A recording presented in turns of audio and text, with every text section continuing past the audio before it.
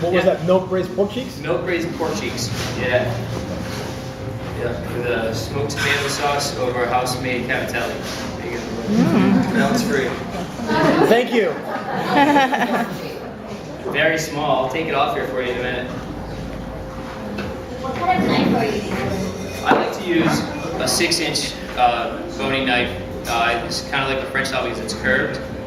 Personally, because I worked with a French butcher, he always taught me that you want to use just 3 inches of the blade. So you have a lot more control over it. Like some of the stuff you'll see me come down like this, or maybe even come down, you know, when I'm doing a larger piece of animal. And I feel you have a little bit better control of it. You know, everyone's a little bit different. I think that's also really important, like you brought that up. I think that's very, very important, is that butchery isn't just one way. It's really not. Alex is worked for other people. I've worked with 3 different butchers. Everyone's different, and it's what suits you.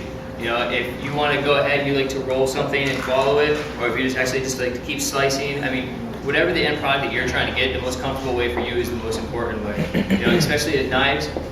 Someone say, oh, well, you know, you should use this knife, you should use that knife. There are certain knives designated for certain things, as far as slicing or deboning. This is really good for deboning, in my opinion, because of the shape and because of the length. You saw how fast I got right into the socket here, and that was basically just came right in and just kind of separated it. You know, if I had a longer knife, I'm holding it way back here, and I don't have much control. You know, I mean, you could do it with a tournay knife too, but I mean, you could butcher anything with anything that you want to, as long as you're comfortable with it. You know, I wouldn't, suggest using a cleaver all the time either, or a serrated knife. But again, it's about what you're comfortable with and what you're trying to achieve. So this is a square cut that's been deboned, and this is really good. And what I would do before I would roll it up, I would take all of these little glands. There's a couple little glands in here. Clean that right up, and I would roll it right into itself, and I would tie that up, which I will, and then just roast that. Really nice, really slow. Get it really nice caramelized on the outside. You might want to stuff that with something like a garlic paste. You can do pretty much anything with that. And then you've got a little bit of bones here. Pork neck bones are great for stocks.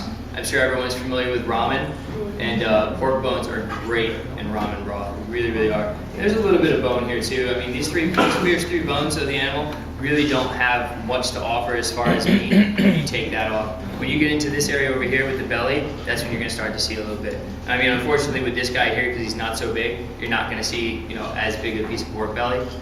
So, I'm going to go ahead and I'm going to let Alex take the skin off of this. And then what we're going to do is afterwards we'll take down take the pork, we'll take that down to its actual cuts itself. And there's three different cuts in there. There's an eye round in there.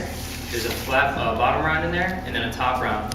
You mostly see those only, done with beef or veal broken down like that, or maybe even lamb. But what's great about this is that if you buy a large pig like that, maybe you don't want to do a whole ham, you can separate it into those individual muscles, and you can still treat it like a ham. Maybe there's only 2 or 3 of you, maybe a household of 4. A small ham like that, or a small muscle like that, will feed you. You can even do your own deli meats out of that. That's my favorite thing to do personally. And I'm gonna go ahead and take the belly off. Where does the bacon and the pork chops come from? See that now. That's why I'm taking the belly off. Oh. Bacon comes from the belly. The thing about bacon, by definition, bacon should be smoked. Now you see some people that do like fresh bacon where it's just cured and then maybe just slowly cooked. Today you're gonna get a little piece of that. We've got our own, we did some bacon last night and we're gonna go ahead and heat it up really nice and slow. A lot of times you'll feel, oh, fresh, bacon's gotta be crispy.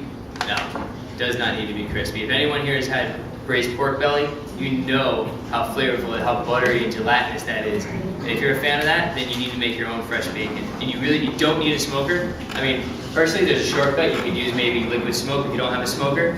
But really, doing it in the oven, nice, low and slow, and you're gonna see the product. It's unbelievable. Like 200 low or even lower? Well, it depends on what you're trying to achieve. If you would like a lot of fat content, then you want to go a little bit lower. But if you want a higher, if you want a higher fat content, you want to go a little bit lower. If you want a lower fat content, you want to go a little higher, so it renders it out a little bit more. But also, a really important thing about bacon is making sure that it's cured thoroughly. If you don't cure it thoroughly, it's not going to penetrate. It can be very thick. Like this guy, bacon, I mean, it'll be cured in 2 days, 3 days. It's very thin.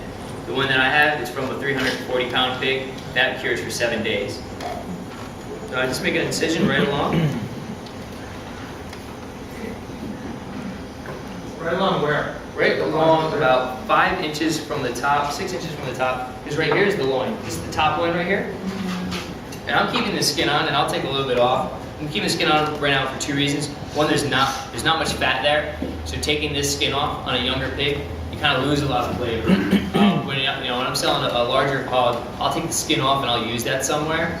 Whether I'm wrapping something with it or just doing some chicharrones or whatever I'm doing. But on a smaller pig, it's almost like baby lamb. You don't need to cook it that far, and you'll be able to achieve all the textures that you're trying to get, like that crispy skin, that rendered fat. And that's a lot of people don't like to eat baby animals. I can respect that, but at the same time, it tastes pretty good. It tastes pretty good. I don't know about you, but I think we're all here because we like to eat meat, right? So what I'm doing right now